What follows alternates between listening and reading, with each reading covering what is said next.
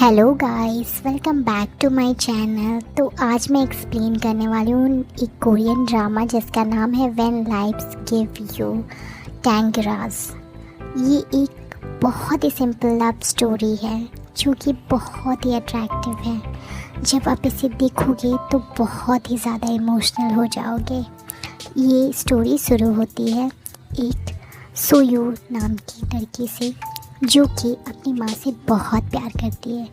उसकी माँ ने दूसरी शादी कर ली है और उनकी खुद भी एक फैमिली है, पर वो भी कहीं ना कहीं सुयू से बहुत प्यार करती है, पर वो बता नहीं सकती। वो एक गोताखोर होती है जो समुद्र से सीप इकट्ठा करती है और उसको बेच कर ही अपना घर चलाती है। कोशिश करती है वो इसी तरह उसको पालने की भी, पर सीयू जो है वो अपनी दादी के घर रहती है और उसकी माँ कहीं ना कहीं चाहती है कि वो अपनी दादी के घर ही रहे, क्योंकि वो लोग पढ़े लिखे लोग हैं। उसके पापा नहीं है इस दुनिया में, तो उसकी दादी उसका देखभाल करती है।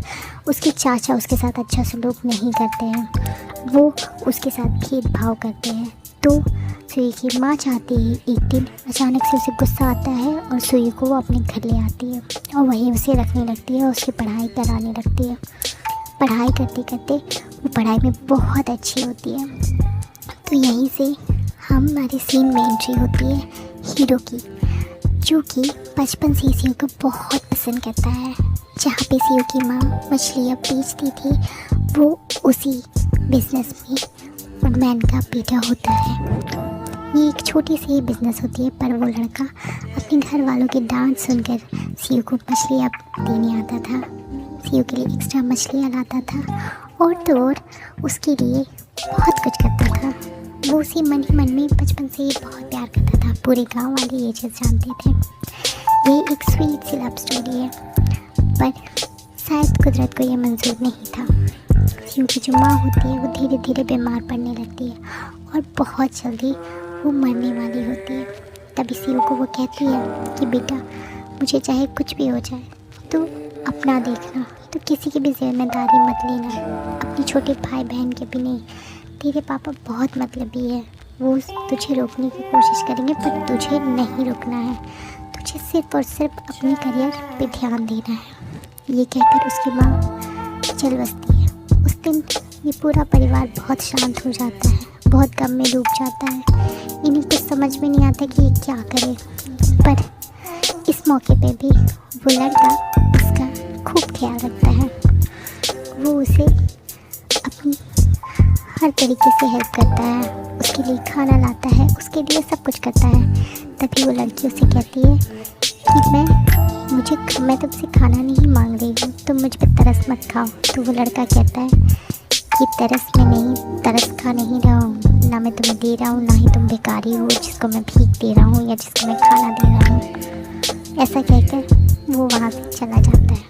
अब इसी के साथ हमें पता चलता है कि उसकी माँ के गुजरने के बाद वो लोग की जो ज़मीन होती है उसके पापा की, स्टेप फादर की, तो वो नहीं कहती कि हम क्यों ना इसमें खेती करें तो हमारा गुजारा भी हो जाएगा।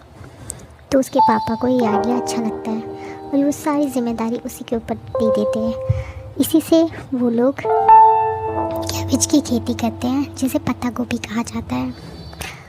इसकी खेती करते हैं और वो मार्केट में बेचने जाती है ये।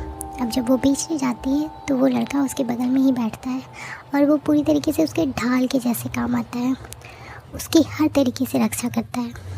वो बस बैठकर अपनी किताबें पढ़ती है, वो उसके लिए टेबल लाता है और उसे बैठाता है और वो लड़की जस्ट बैठ के रहती है और वही सारा कुछ करता है। लोग तरह तरह की बातें भी करते हैं कि ये लड़का पूरी तरीके से दीवाना है, ये है वो है, पर उसे कोई फ़र्क नहीं पड़ता। ऐसे ही करते करते दोनों बड़े हो जाते हैं। अब आगे की स्टोरी आपको नेक्स्ट एपिसोड में मिलेगी। इसके लिए आप अब मेरे चैनल पे बने रहिए और आप मेरे चैनल को सब्सक्राइब भी कर लीजिएगा। ऐसी बहुत सारी स्टोरी मैं हर रोज़ लाती रहती हूँ। Thank you so much.